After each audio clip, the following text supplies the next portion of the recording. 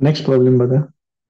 What should be the tension applied to a wire of length 1 metre and mass 10 grams if it has to vibrate with a fundamental frequency of 50 hertz. जे काय दिलेलं आहे ते सगळं given डाटामध्ये मांडून घेऊया.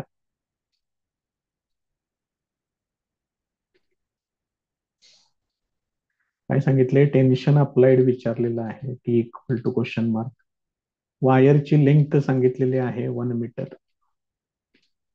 त्यानंतर त्याचं मास दिलेलं आहे, वायरचं मास आहे बरं का हे, 10 ग्रॅम, म्हणजेच 10 इंटू 10⁻³ किलोग्रॅम, म्हणजेच हे टोटल होणार 10⁻² किलोग्रॅम. त्यानंतर फंडामेंटल फ्रिक्वेन्सी सांगितलेली आहे 50 हर्ट्ज. हे सगळं दिलेलं टर्म्स विचारले काय काय ते पण आपण त्याच्यामध्ये कलेक्ट केलेलं आहे. पुढचा सेक्शन फॉर्म्युले and calculations.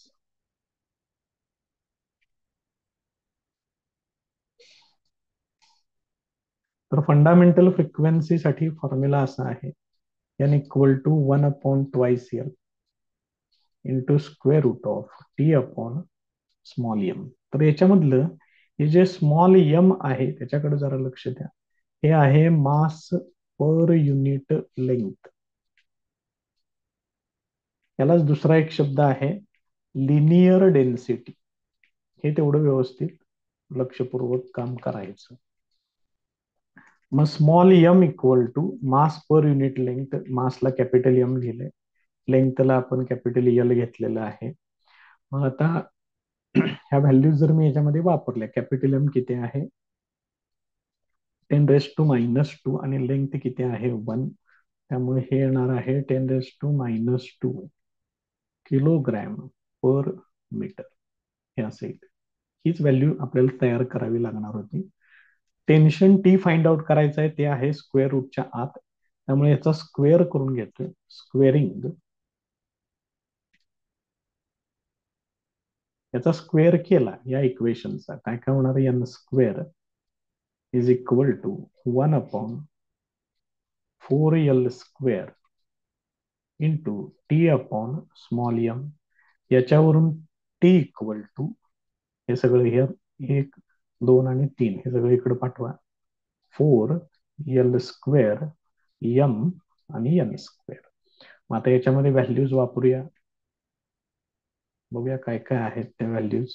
There four T equal to 4 into L ची व्हॅल्यू आहे 1, त्याचा स्क्वेअर.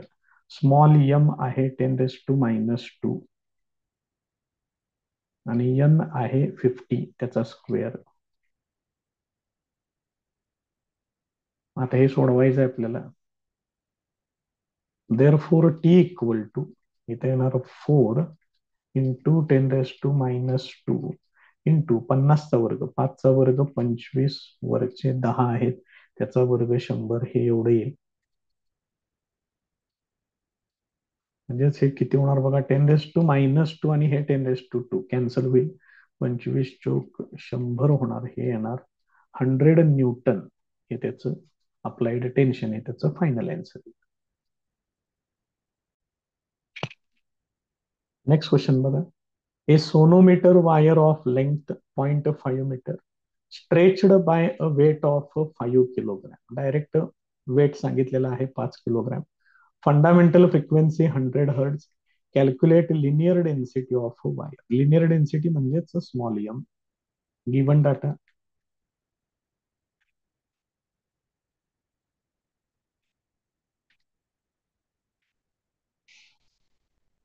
वायरची लेंथ सांगितलेली आहे 0.5 मीटर.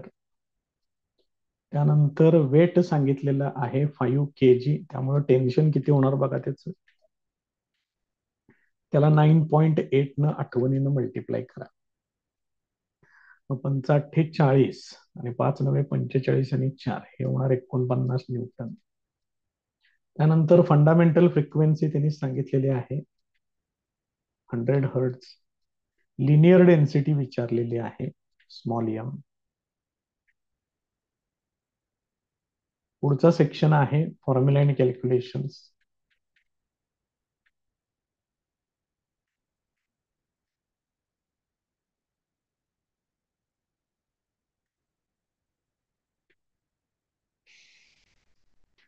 तर याचा बेसिक फॉर्म्युला आहे N equal to 1/2L into square root of T upon small M.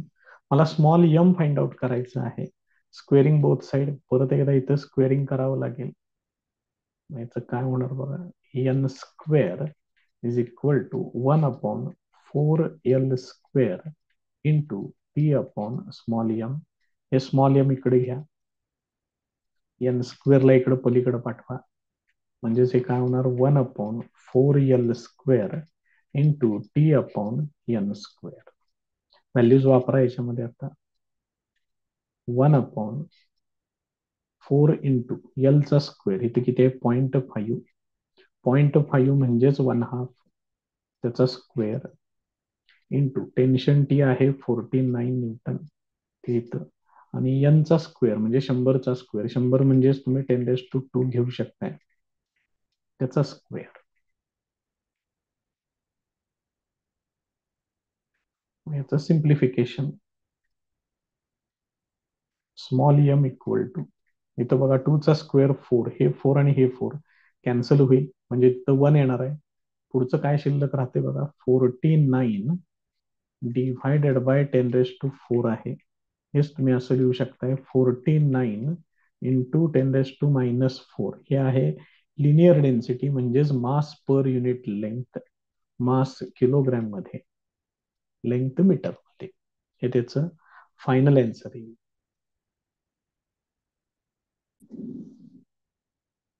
Next problem बघा. 2 wires of same material and same cross section. Material same आहे, रो सेम येणार. Cross sectional area same आहे म्हणून सांगितले, म्हणजे πr² दोघांच्यासाठी पण same येणार. Stretched on A sonometer. 1 wire is loaded with 1.5 kilogram.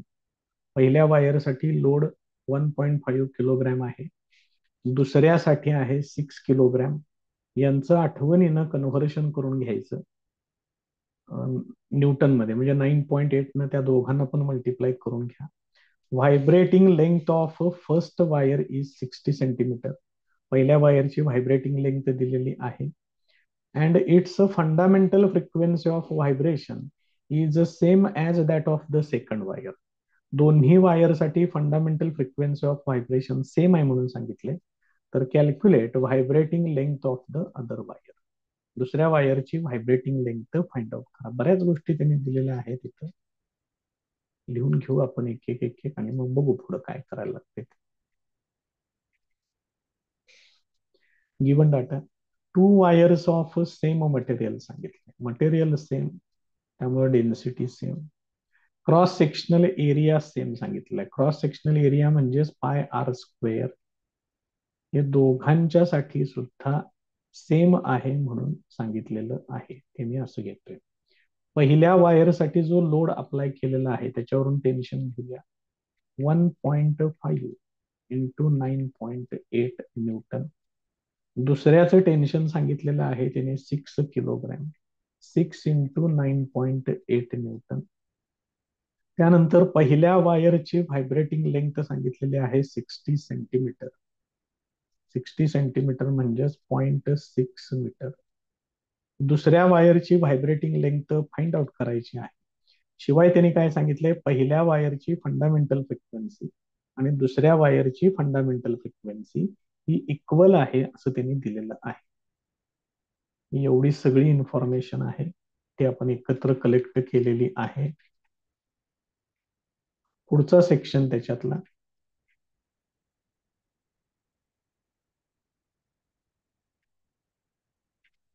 Formula and calculation.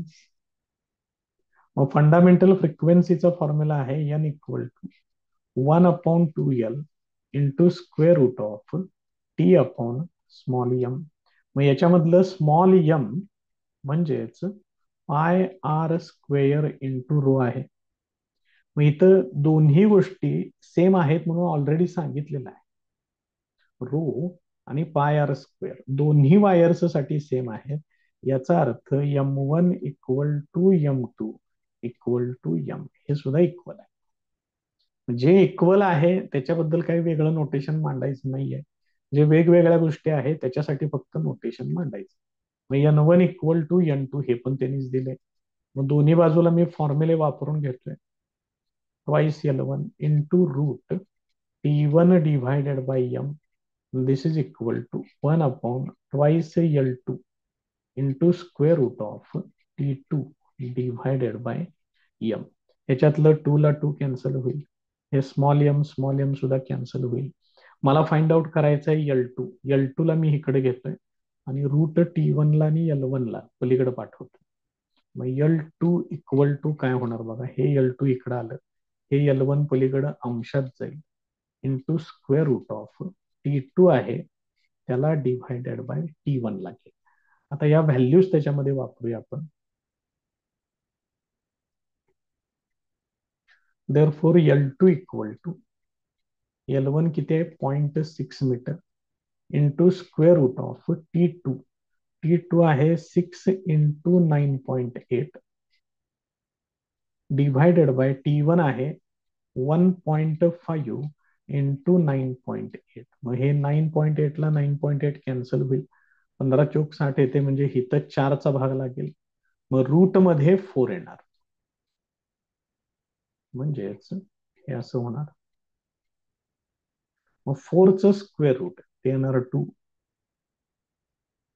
Therefore L2 equal to 0.6 into 2 that is equal to 1.2 metre. हे त्याचं फायनल आन्सर येईल.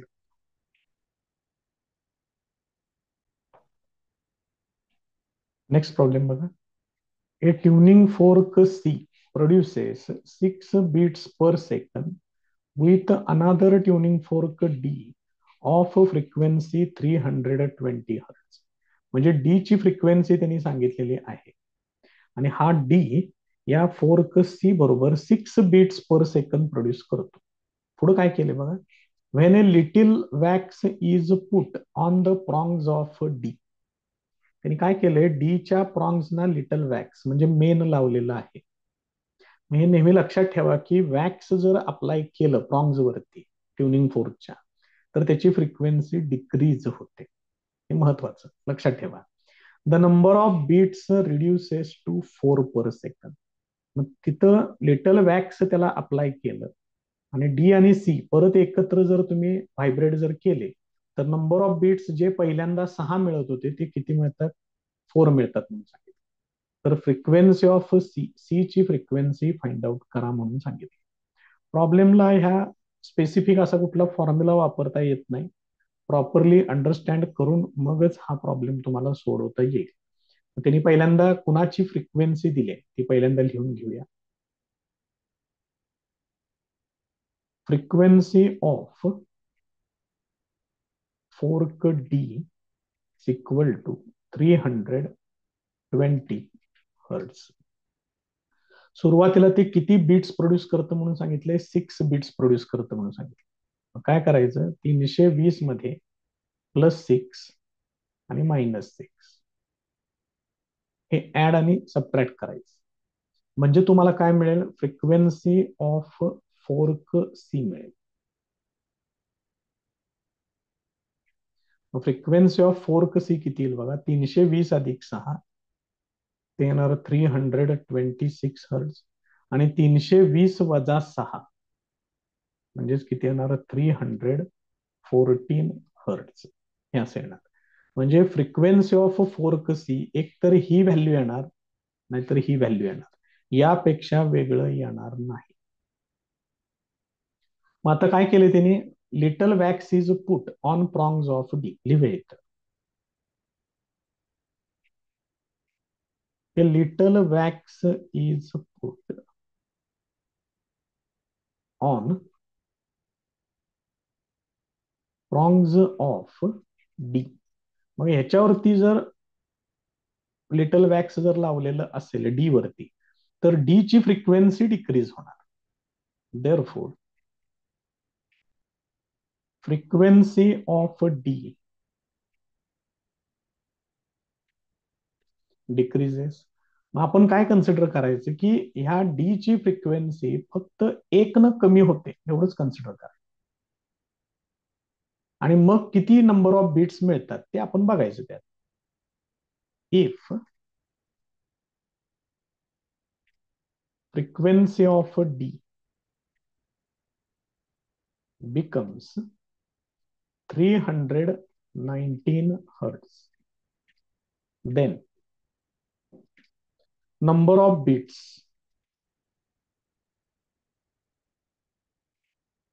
is equal to काय होतील ते आता बघूया आपण त्याच्यामध्ये. जर फोर्क सी ची फ्रिक्वेन्सी 326 हर्ट्ज असेल, 326, तर ती किती होणार बघा बरं. 326 मायनस 319 म्हणजे हे किती होणार, 7 बीट्स पर सेकंद. आणि हेच जर समजा 314 असेल, number of beats equal to आता किती घेतले आपण, 319. 319 आणि 314 यांची वजाबाकी करायची. तर आता किती होतील बीट्स इथं, 5 बीट्स पर सेकंद. मग त्यांनी प्रॉब्लेम मध्ये काय सांगितलं, म्हणजे इथं काय होते बघा, पहिल्यांदा 6 बीट्स आहेत, 6चे हित झाले 7 बीट्स, आणि 314 असेल तर इथे झालं 5 बीट्स. म्हणजे एका ठिकाणी नंबर ऑफ बीट्स वाढतायत, दुसऱ्या ठिकाणी नंबर ऑफ बीट्स कमी होत आहेत.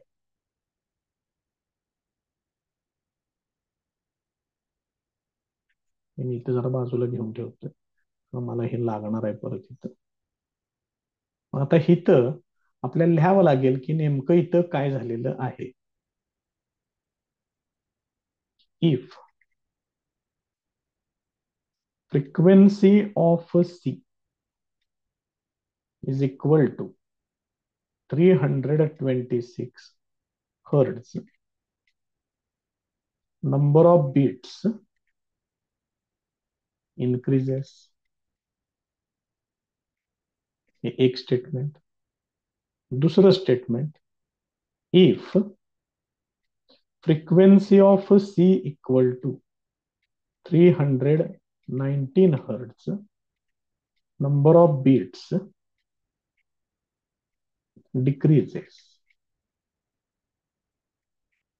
आता त्यांनी प्रॉब्लेम मध्ये काय सांगितले बघा, 6चं काय झालेलं आहे ते त्यांनी दिलेलं आहे बघा.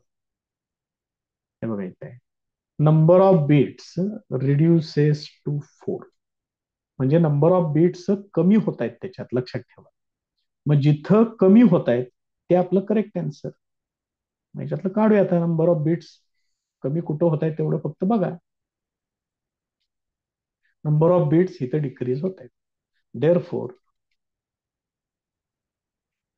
Frequency of C is equal to 300, sorry 14 आहे का, 14 असेल, 14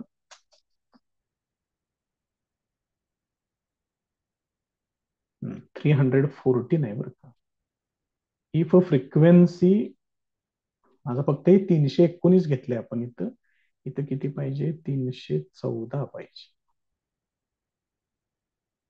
314 हर्ट्ज हे त्याचं करेक्ट आहे. इथं वापरलंय आपण 314, पण 319 जर झालं तर काय होईल, या पद्धतीनं तुम्हाला ते चेक करावं लागेल. बघा लक्षात येते का, एकदा सोडवून बघा. हे त्रास देणार आहे थोडस तुम्हाला हे, कारण ह्याला स्पेसिफिक असा कुठलाही फॉर्म्युला नाही, त्यामुळे हे थोडस जरा त्रास देईल. नेक्स्ट प्रॉब्लेम बघा. A tuning fork C produces 8 beats per second with another tuning fork D of frequency 340 Hz. इथं पण D ची फ्रिक्वेन्सी सांगितली 340, C बरोबर 8 बीट्स सांगितलेले आहेत, त्यामुळे 340 अधिक 8 आणि 340 वजा 8 यापैकी एक काहीतरी C ची फ्रिक्वेन्सी असणार. पुढे काय म्हटले बघा, when the prongs of tuning fork C are filed a little, file करायच्या त्या प्रॉंग्स, म्हणजे तासणी घ्यायची आणि तासणीनं त्या प्रॉंग्सला घासायचं, त्याला म्हणतात फायलिंग. आणि फायलिंग केलं की त्या ट्युनिंग फोर्कची फ्रिक्वेन्सी स्लाइटली वाढते, हे लक्षात ठेवा. त्यामुळे दोन गोष्टी आहेत, एक लोडेड विथ वॅक्स, तिथं फ्रिक्वेन्सी कमी होणार, आणि फायलिंग केलं तर फ्रिक्वेन्सी वाढणार. The number of beats produced per second decreases to 4. म्हणजे फायलिंग केल्यानंतर इथं नंबर ऑफ बीट्स डिक्रीज होतात, तर ट्युनिंग फोर्क सी ची ओरिजिनल फ्रिक्वेन्सी फाइंड आउट करा म्हटले ते. हा पण त्याच्यासारखाच प्रॉब्लेम आहे, फक्त लोडेड विथ वॅक्स आणि फायलिंग लिटल हे जरा व्यवस्थित फक्त बघा. इथं सुद्धा त्यांनी डी ची फ्रिक्वेन्सी दिलेली आहे. Frequency of D is equal to 340 hertz. Number of beats किती सांगितलेले आहेत? 8. नंबर ऑफ बीट्स 8 म्हणजे हे परत दोन भाग, इथं +8 आणि -8. याच्यावरून तुम्ही frequency of C find out करू शकता. Therefore frequency of C equal to 340 अधिक 8, ते येणार 348 हर्ट्स, आणि 340 वजा 8 हे किती येणार? 332 हर्ट्स. फायनल आन्सर या दोन्ही पैकी एक कुठलं तरी असणार आहे. आता त्यांनी काय सांगितले बघा, prongs of tuning fork C are filed a little. आपण बघूया त्या पद्धतीने घेऊया.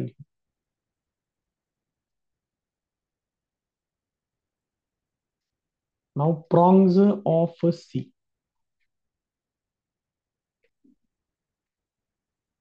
R filed a little. मग फायलिंग केलं की त्याची फ्रिक्वेन्सी वाढणार. Therefore frequency of C increases. मग इथं सीच्या फ्रिक्वेन्सीज आहे, मग इन्क्रीजेस म्हणजे फक्त 1 न इन्क्रीज करायचं, जास्त काही चेंज करत बसायचं नाही. 1 न इन्क्रीज किंवा 1 न डिक्रीज करायचं. मग समजा मी ह्याची फ्रिक्वेन्सी 1 न वाढवतोय, 348चं 349 कन्सिडर करतोय. If frequency of C equal to 349 hertz, काय होईल बघा बरं. Number of beats with D equal to, हे जर 349 घेतलं तर 349 आणि 340 हे किती होणार बघा. 349 minus 340 is equal to 9 beats per second. म्हणजे जर 348 फ्रिक्वेन्सी असेल आणि त्याला जर आपण फायलिंग केलं तर ते 349 होणार आणि नंबर ऑफ बीट्स येणार 9 येणार. पहिल्यांदा किती होते? 8. म्हणजे इथं नंबर ऑफ बीट्स काय होत आहेत? इन्क्रीज होत आहेत. Therefore number of beats increases. असं सेम आता दुसऱ्या व्हॅल्यूसाठी कन्सिडर करायचं. मग दुसरी व्हॅल्यू काय आहे? 332. त्याला जर आपण फायलिंग केलं तर ती नवीन फ्रिक्वेन्सी किती होईल? 1 न वाढवा, 333. If frequency of C it is equal to 333 hertz, म्हणजे ही नवीन वाढलेली फ्रिक्वेन्सी. नंबर ऑफ बीट्स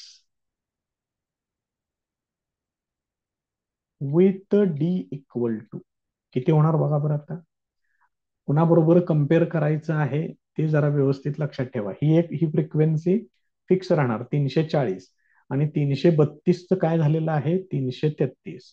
म्हणजे इथं येणार 340 वजा 333, म्हणजे हे बीट्स किती होणार? 7 बीट्स पर सेकंद. पहिल्यांदा किती बीट्स होते? 8.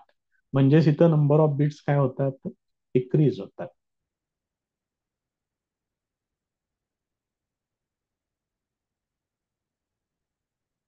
Therefore number of beats decreases. म्हणजे जर सी ची फ्रिक्वेन्सी 348 असेल, बघा, for frequency of C equal to 348 hertz, म्हणजे हे पहिलं, number of beats increases.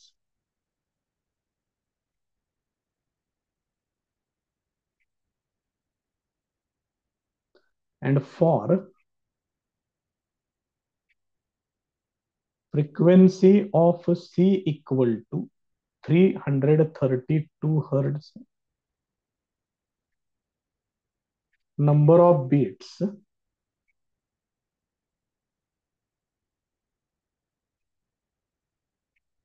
decreases. आता त्यांनी प्रॉब्लेम मध्ये काय सांगितलंय ते जरा बघा. हे बघा, काय प्रॉब्लेम, त्याला खाली घेतोय तसं, त्याच्या शेजारीच मांडूया आपण त्याला,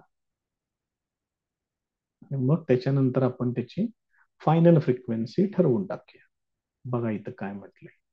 पहिल्यांदा किती बीट्स होते? 8 बीट्स होते. नंतर किती झाले? 4. म्हणजेच नंबर ऑफ बीट्स काय झाले? डिक्रीज झाले. मग नंबर ऑफ बीट्स डिक्रीजेस कुठे आहे? इथे आहे. त्यामुळे हे त्याचं करेक्ट आन्सर आहे ना. मग तिथं आन्सर आपल्याला लिहायचं कसं ते जरा बघा. Given that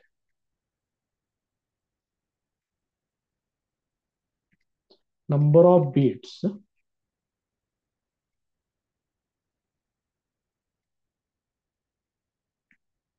decreases, therefore correct frequency of C is equal to 332 hertz. हे त्याचं करेक्ट आन्सर आहे. नेक्स्ट प्रॉब्लेम बघा. A sonometer wire under a tension of 40 newton vibrates in unison. हा शब्द लक्षात ठेवा. इन युनिजन म्हणजे दोघांची फ्रिक्वेन्सी इक्वल आहे. It is this sonometer wire is in unison with a tuning fork of frequency 384 Hz. या tuning फोर्कची frequency 384 hertz आहे आणि in unison with sonometer wire आहे. याचा अर्थ ती सोनोमीटर वायर सुद्धा याच फ्रिक्वेन्सीनं व्हायब्रेट होते. Find the number of beats produced in 2 second. 2 सेकंदातले नंबर ऑफ बीट्स विचारले. मग जनरली आपण जे नंबर ऑफ बीट्स काढतो ते एका सेकंदातले असतात. 2 सेकंदातले पाहिजे असतील तर त्याची दुप्पट करावी लागते. When the tension in the wire is reduced by. Wire मधलं टेन्शन 1.24 न्यूटन कमी केले, डिक्रीज केलेलं आहे. बघूया आपण लिहून घेऊ सगळ्या गोष्टी व्यवस्थित.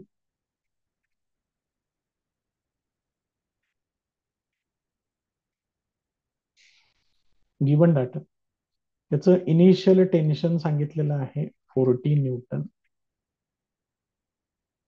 त्यानंतर त्याची फ्रिक्वेन्सी, ट्युनिंग फोर्कची जी फ्रिक्वेन्सी आहे तीच वायरची फ्रिक्वेन्सी घ्यायची आहे. त्यामुळे ती व्हॅल्यू डायरेक्ट घ्या. इन युनिजनचा अर्थ तोच होतोय. नंबर ऑफ बीट्स विचारलेलं आहे. टेन्शन जे आहे वायर मधलं ते कमी केलेलं आहे. T2 equal to T1 minus 1.24, म्हणजेच हे किती होणार? 40 वजा 1.24. मग हे किती होणार बघा बरं? 4 आणि 6 10 झाले 1, 3 आणि 7 10 झालं 1. 40 मधून 2 वजा केले 38.76 न्यूटन. हे T2 आपल्याला त्या ठिकाणी घ्यायचं आहे. या व्हॅल्यू सगळ्या त्यांनी दिलेल्या आहेत. बघूया काय होते त्याच्यामध्ये. पुढचा सेक्शन आहे फॉर्म्युला अँड कॅल्क्युलेशन्स.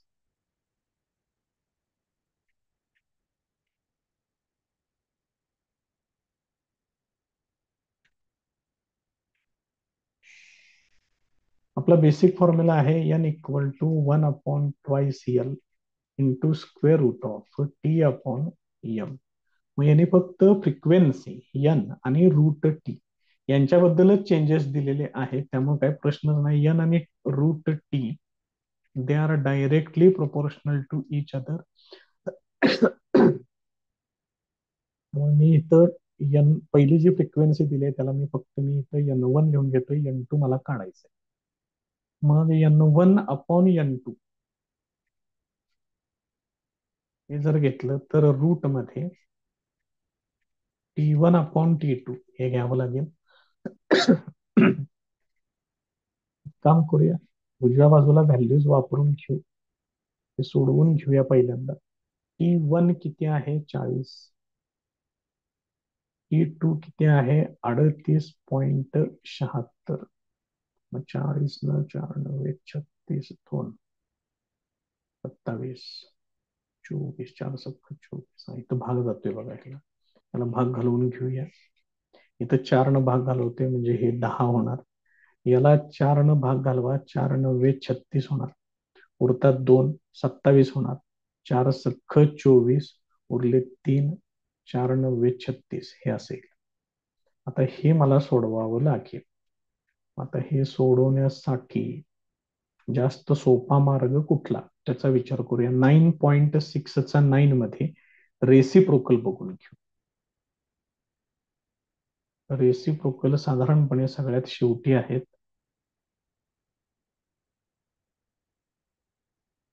रेसिप्रोकल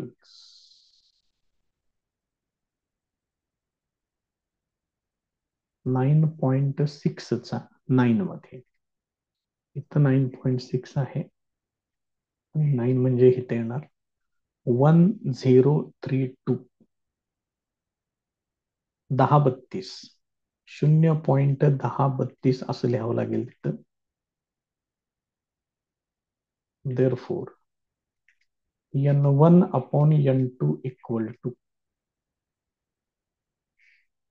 हे 10 नंतर लिहिणार आहे, 0.1032 गुणिले 10, म्हणजेच हे काय होणार n1 upon n2 equal to, हे 10 ने याला मल्टिप्लाय करा, हे येणार रूट मध्ये 1.032. आता मला याचं स्क्वेअर रूट बघावं लागेल. 1.0चा 3 मध्ये 2 चा मीन डिफरन्स,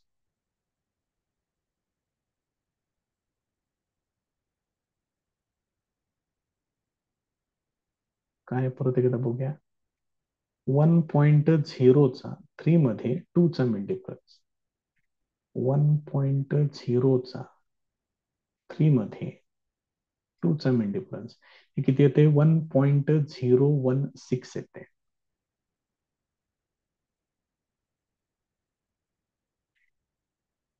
1.016. आता त्यांनी आपल्याला n1 दिलेलं आहे की ते 348. मग मला n2 काढायचं आहे. मग n2 इक्वल टू, हे इकडे घ्या, n1 अपॉन 1.016. n1 ची व्हॅल्यू आहे 348 आणि हे आहे 1.016. आता मला परत हे लॉग टेबलनं सोडवावं. 348चा लॉग 34चा 8 मध्ये, इथं 34 आहे, त्याचा 8 मध्ये म्हणजे हे येणार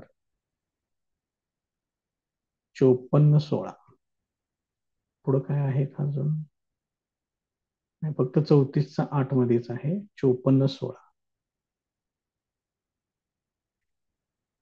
5416 आणि 3 डिजिट आहे त्यामुळे 2.5416.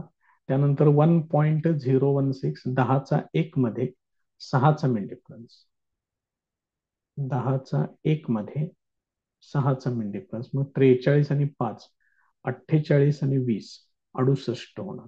0068, 0068 यांची सबट्रॅक्शन करायची आहे. 8 आणि 8 16 हात झाले 1, 7 आणि 4 11 हात झाले 1, 54 मधून 1 गेला 53 आणि हे 2 पॉईंट. मग आता 0.53चा 4 मध्ये 8चा मिन डिफरन्स अँटीलॉग बघायचा. 0.53 हे काय आहे 4चा 8 मध्ये 0.53चा 4 मध्ये 8चा मिन डिफरन्स हे किती होणार 34-20 आणि हे 6 म्हणजे 34-26 होणार. 34-26 3.426 इंटू 10⁻²2 होणार हे. बघा लक्षात येते का?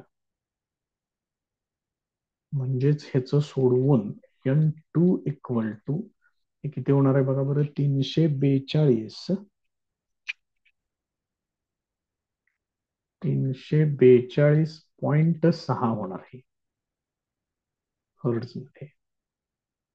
म्हणजे मग ह्याचं फायनल आन्सर ह्याचं अप्रॉक्सिमेटली तुम्हाला करावं लागेल 343 हर्ट्झ करावं लागेल. त्यांनी दिलेली पहिली फ्रिक्वेन्सी किती आहे 348 हर्ट्झ आहे. 348 वजा 300 अवघड होणार आहे हे जरा थोडस अप्रॉक्सिमेशन करणं थोडस महागात पडेल असं दिसतंय. ठीक आहे बघू आपण काय असेल ते. नंबर ऑफ बीट्स तरी काढू एका सेकंदातले. therefore number of beats equal to n1 minus n2. n1 किती आहे 348 वजा n2 किती आहे 342.6. हे जर मी वजाबाकी केली तर 6 आणि 4 10 चाला 1 8 मधून 3 गेले उरले 5 आणि 34 वजा 34 ते निघूनच जातील. 5.4 बीट्स पर सेकंद येणार. मग 2 सेकंदात विचारले. therefore फॉर 2 seconds 2 सेकंदासाठी number of beats equal to याची दुप्पट करावी लागेल 2 इंटू 5.4 म्हणजेच हे किती होणार 10.8 बीट्स लिहूया याला 10.8 बीट्स म्हणजेच तुम्ही याला अप्रॉक्सिमेटली इक्वल टू 11 बीट्स असं कन्सिडर करू शकताय. बघा हे त्याचं फायनल आन्सर आहे.